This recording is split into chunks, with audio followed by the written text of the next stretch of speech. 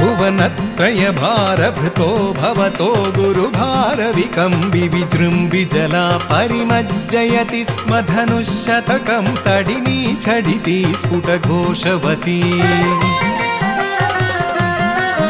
अथ दिक्षु विदिक्षु परिक्षुभित भ्रमितोदरवारिणि नादभरै उदकादुदगादुरगाधिपतिस्त्वदुपान्तमशान्तरुषान्धमनाः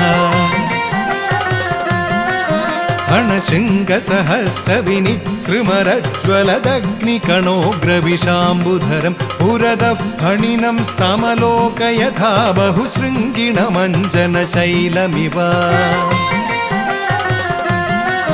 ज्वलदक्षि परीक्षरदुग्रविष श्वसनोष्मभर समहाभुजग परिदश्य भवन्तमनन्तबलं समवेष्टयदस्फुटचेष्टमहो